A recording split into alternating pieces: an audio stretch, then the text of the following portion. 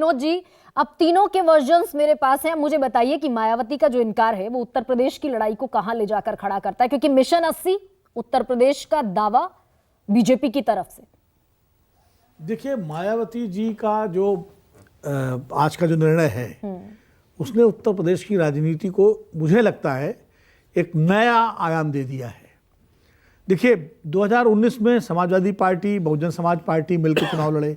37-38 सीटों पर इनके उम्मीदवार थे।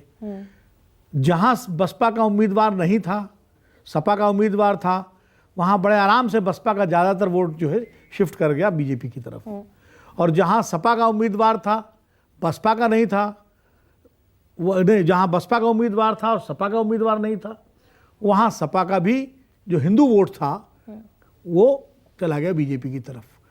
मुस्लिम वोट जरूर इंटैक्ट रहा, जिस पर दोनों की दावेदारी रही।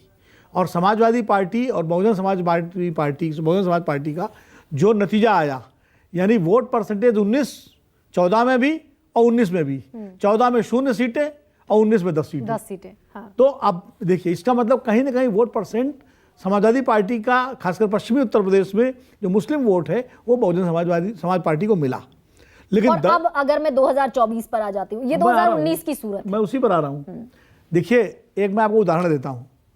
1993 में सपा बसपा मिलकर लड़े बीजेपी के खिलाफ, मुलायम सिंह जी और कांशीराम जी का गठजोड़ हुआ।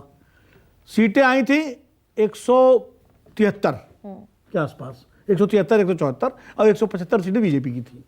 और सिंगल लार्जेस्ट पार्टी तब भी बीजेपी थी, लेकिन चूंकि 174 प्लस जनता दल प्लस कांग्रेस मिला के वहां सरकार बनी थी, मुलायम सिंह जी चीफ मिनिस्टर बने थे, और जिसको हम लोग कहते हैं बीजेपी को हरा दिया था। हालांकि एक और दिलचस्प फैक्ट में पढ़ रही थी कि बीजेपी के पिछले चुनाव की तुलना में जितने कैंडिडेट्स की जमानतें जब्त हुई वो भी घटी, वोट शेयर भी बढ़ा, पर हाँ, सरकार किसी और की नहीं। मैं जो कहने जा रहा हूं, सुनिए आप। 1996 में सपा अलग लड़ी, बसपा अलग लड़ी, और बीजेपी के तमाम सारे नेताओं का दावा था कि चूंकि वोट डिवाइड हो रहा है सपा बसपा का, इसलिए हमारी क्लियर कट मेजॉरिटी आएगी।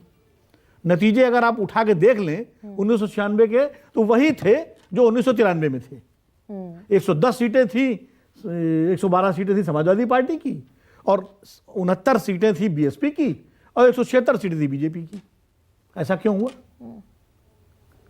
इसलिए ऐसा हुआ कि खाली मुस्लिम वोट ही नहीं बढ़ता है, हिंदू वोट भी बढ़ता है। भाई, आप दलित को हिंदू ही नहीं मानते क्या?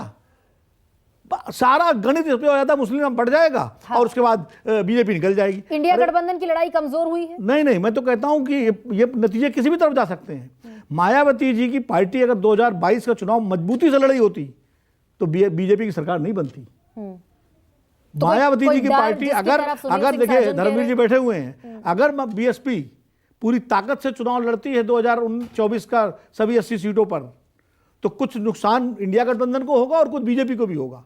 क्यों? जो दलित जिस पर बीजेपी सोच रही है कि वो जब देखेगा कि उसकी पार्टी चुनाव लड़ रही है नीला झंडा लेकर के, तो वो उसके साथ आएगा, अपनी पार्टी के साथ। वो उसकी अपनी पार्टी है।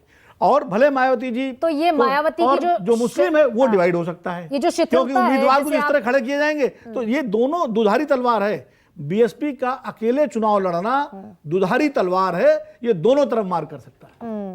लेकिन बीजेपी के पास चली गई थी 15 सीटें और बीएसपी ने गठबंधन के साथ चुनाव लड़ा 17, जो एससी की रिजर्व्ड सीटें उत्तर प्रदेश में, मात्र 2 बीएसपी निकाल। देखिए, एससी सीट का गणित समझ लीजिए। हम लोग एससी बड़ा सोचते हैं, एससी सीट का मतलब होता है दलित बहुल्य, लेकिन दलित जब सारा मिला दीजिए नॉन दलित, तो वो अलग हो जाता है। बीजेपी का प्लस पॉइंट ये है कि जो नॉन दलित सवर्ण वोट है वो एकजुट हो जाता है उसके साथ, और दलितों में थोड़ी सेंध लगा लेती है, निकल जाती है।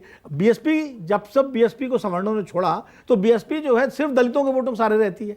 तो हमेशा दलित सीटें वही पार्टी जीतती है जिसके पास सवर्ण वोट बैंक एक साथ होता है, एक मुश्त आता है, मतलब गैर दलित वोट। हाँ। और दलितों का एक सेंधमारी एक सेगमेंट मिल जाता है।